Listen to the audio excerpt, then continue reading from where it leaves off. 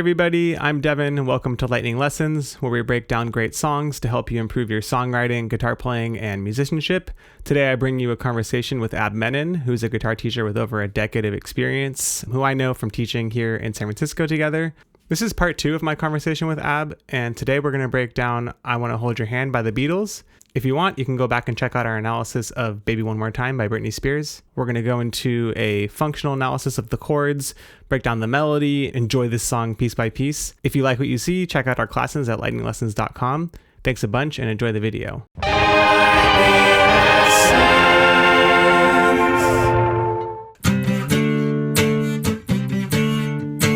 Yeah. I think that's super cool, just how we're going, we're giving 4/5. And so it's like, we're just kind of like, it's almost like a little, like a record skipping loop kind of situation. It's like a sample, like pre-hip hop like thing. It's Pharrell thing. Before Pharrell. I was just going to say that. The Pharrell thing where it's like they got 4 bars of the loop in the beginning of whatever the song, like it's his little tagline. You have this.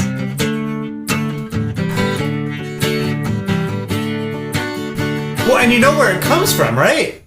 Where does it come from? It's the end of the bridge. Oh yeah, it's all exactly. So then that's another great thing about that is that like after it's foreshadowing. It's foreshadowing.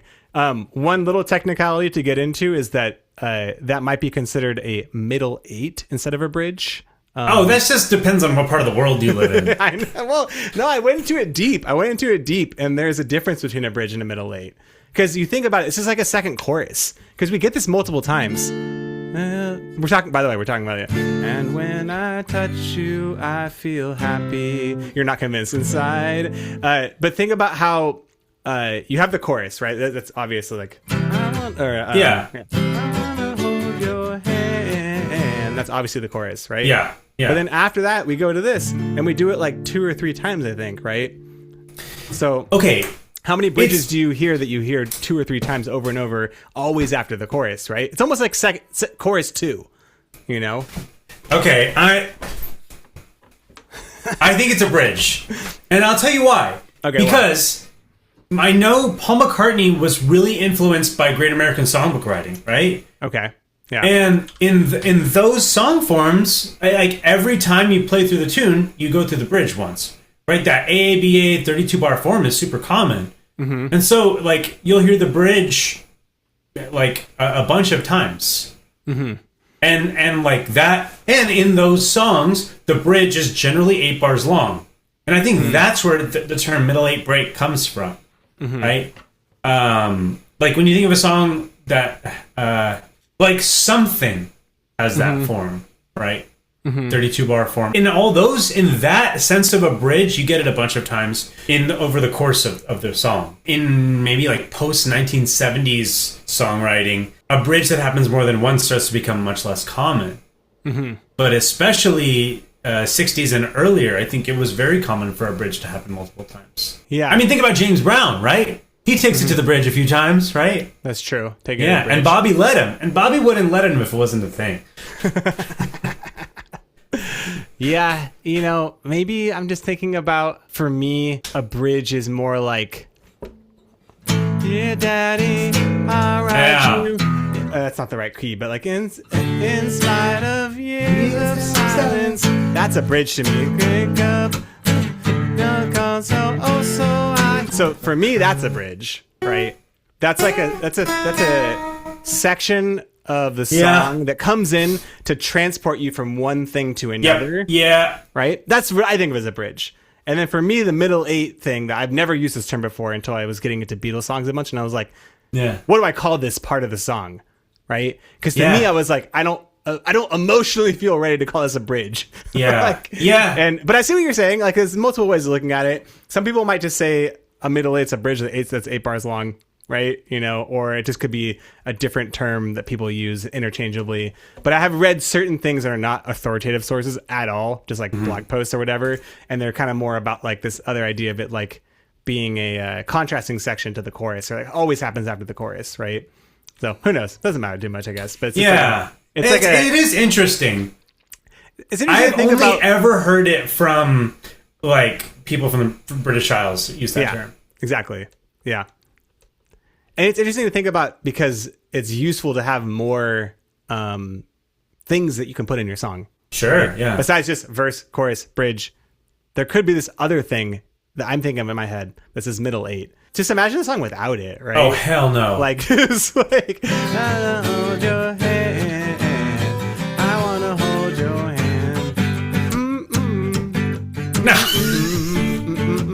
hand. It's fine. Yeah. But it brings it to the next level. Yeah. I think. Well, okay. I think if you were to think about it rather than on the scale of the entire recording and more on the scale of the song form, right? Within the song form, it has that transformative element. You're talking about right? it bridges sections. Yes. Is that what you mean? Yes. Yeah, absolutely. Yeah. But then and there's like a famous Thelonious Monk quote where he says, of course he said it in some really cryptic way, right? But he was like, the thing on the inside makes the outside work, right? So it's like the bridge makes the rest of the song work. Sure. Yeah. Apparently that's what he meant. I could be wrong about that. Yeah. The one complicating factor about that is that what part of a song does not bridge one section to another is another thing, right? Yeah. I guess maybe what we mean by that is like... it's like... To me, it feels like you hear something, you hear the bridge... And you hear it again, and in light of that, it feels different. It feels different, feels better. Yeah, it's enjoyable. Yeah, it gives you contrast. It's almost like a scenic shift or something, you know. Yeah. The background changes. Maybe the sun is set. Okay. So we've only gotten to the intro. We've only gotten to the... Well, we kind of talked about... I guess we were just talking about this That's true. How are you playing the intro? It sounds so much better when you play it. I'm trying to do the bass thing, right? Which is the... That's what I was hearing. Okay, that's why it sounds so good. So when I'm trying to do. So because when you're doing this, if you're doing from this like voicing, you can do. Yeah. So I'm kind of trying to hit. I'm not like fully doing it because that doesn't, it messes up my strum if I try to do it too quickly. But I go.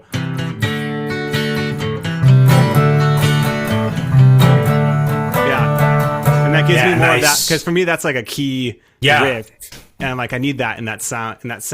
Yeah, it sounds really nice that way. Yeah, maybe we'll talk about it again. What's great about this intro? It's essentially foreshadowing the end of the bridge. Foreshadowing the end of the bridge, and it's 4/5. Yeah, 4/5 is great because you know, 5 gives you that tension of like we're starting something, we're going somewhere, we're about to like hop into it, right? And then the verse progression, right? Oh yeah, 1. Tell you something, 5 chord, and then we get this, cool little riff deceptive there. Cadence. Oh, deceptive cadence, yeah, with a little chromatic line that gets us there. Chromatic lower neighbor, right? Yeah, and then this chromatic note, the D sharp going into the E minor, like. It to me, it gives a little bit of a diminished quality to the chord. Oh yeah, it's kind of like yeah.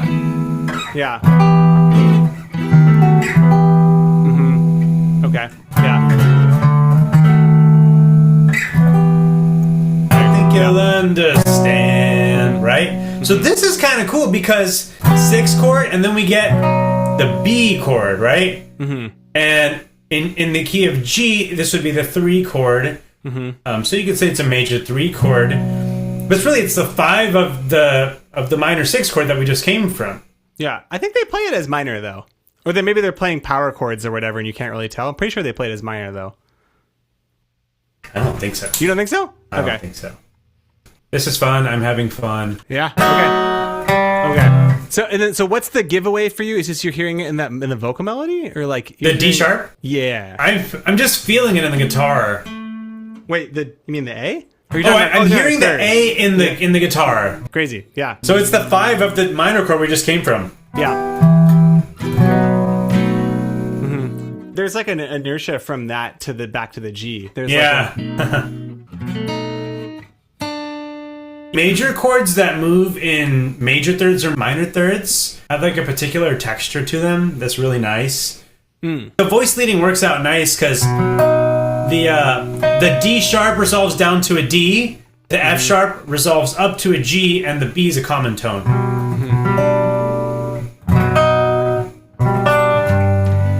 Right? So it's just the voice leading is good. How would that be different with the B flat, with the B minor? Then it'd just be 3 chord going to 1. So it's not really a major crucial choice then, necessarily. I mean, I think texturally it is. Okay. So, but why is that? I'm talking about it being a B7 as opposed to B minor for this chord. Is what I'm talking about. Well, okay. I think we have to think about it in the larger context of the tune, right? This is what it feels like to me. Oh, I got you something. Oh, okay. We're going to minor. Oh, that's kind of a tense chord. Let's see where it goes. Oh shit! We just went back to the beginning, and we're here again. Now we're taking it somewhere. So it's really like it's setting you up for something. It's setting you up for something. It's setting you up for something, and then it gives it to you. You know what I mean? Play me with the minor and to prove it to me that it's not setting me up.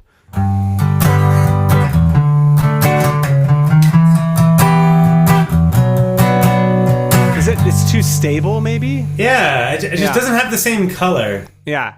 There's not a lot of inertia, I guess, of it pushing somewhere else. Maybe. Because maybe talking more generally, like minor 3. Like yes. More generally, like tell me about its function in like chord progressions.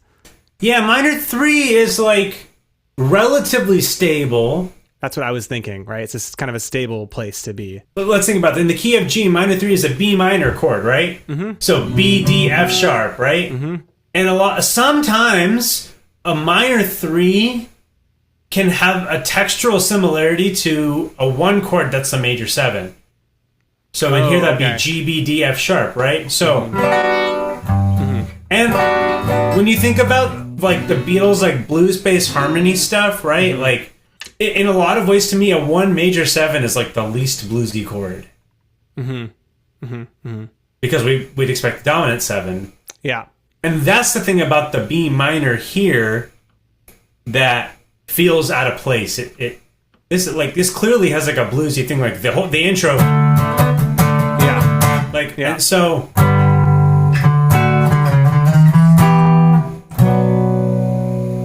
It suddenly sounds more like maybe like a doo-wop song or something. Yeah, as opposed to the... it just doesn't rock without the B7 to me. Yeah. Especially when you play it down here. That's a very rock and roll chord. It gives you also like the similar... kind of how we just like... It kind of evokes that for me, like where we just came from too. Like it fits... Because like...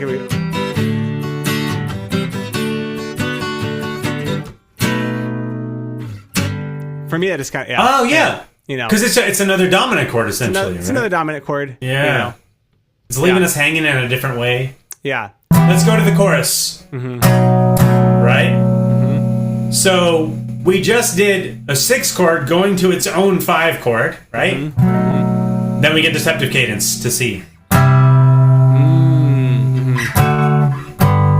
5, 1. So essentially, earlier we got the deceptive cadence in G. And then going into the chorus, we get the deceptive cadence in the relative minor, E minor. The deceptive cadence in G was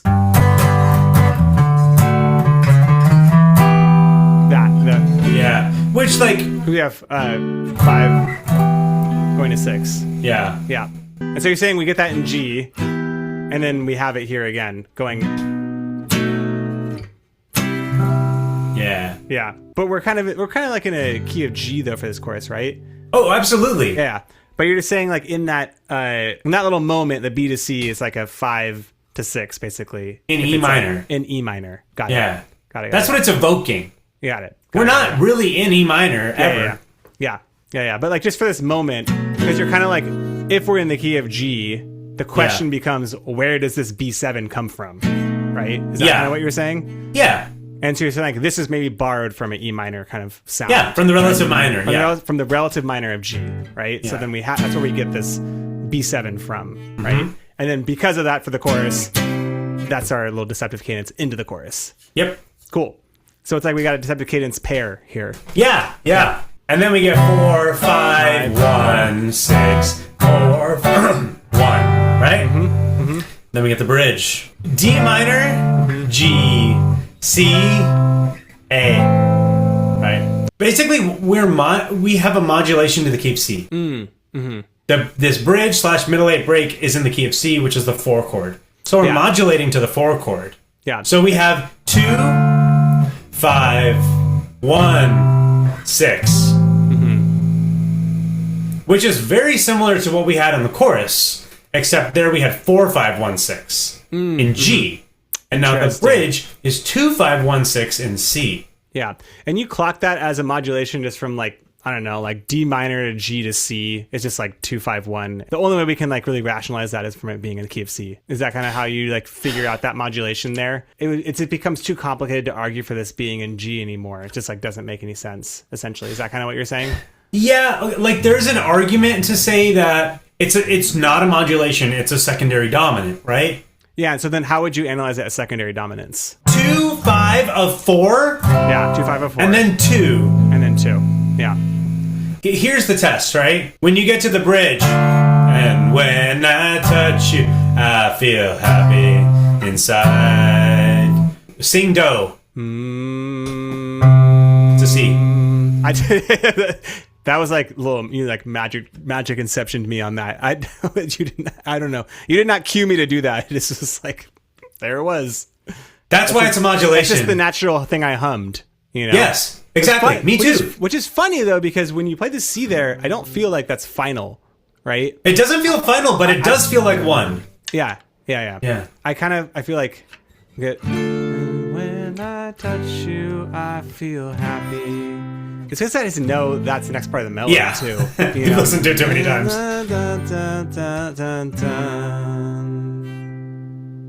But then again, that's kind of final because that's what we get. That's the only thing that gets us to the next, like. Yeah. And the other thing is like when we get there, the texture of the D major is a little bit like, oh wow, something's happening. And then when we get back, we're like, whoa, how did we end up here? I thought this was where we were.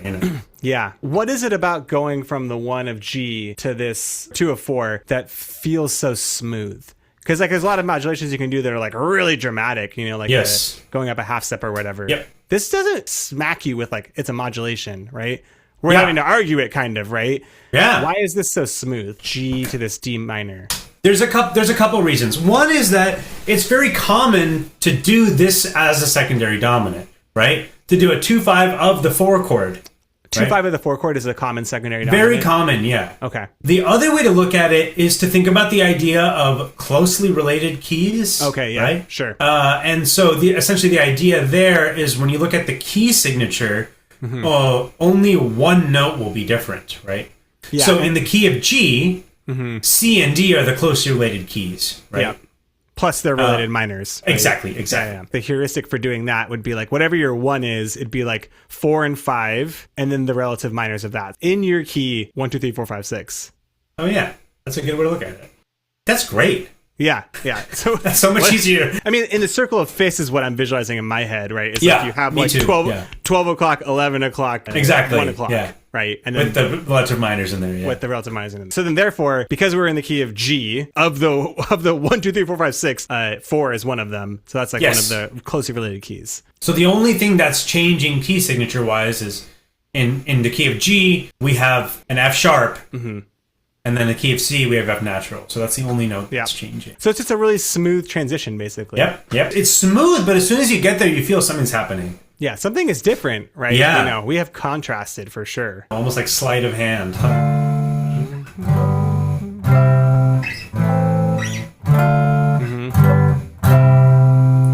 And once again, the second time we stay on the 1 chord there. Here, C, and then...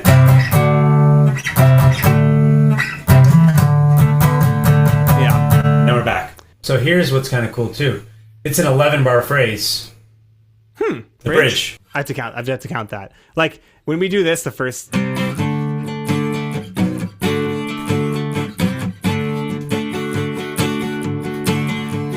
Yeah, got it. Yeah. Which is it's 4 bars. Which is what makes it the whole thing together being 11 instead of 12 is because it it absorbs one bar. It absorbs one bar. Yeah. Yeah.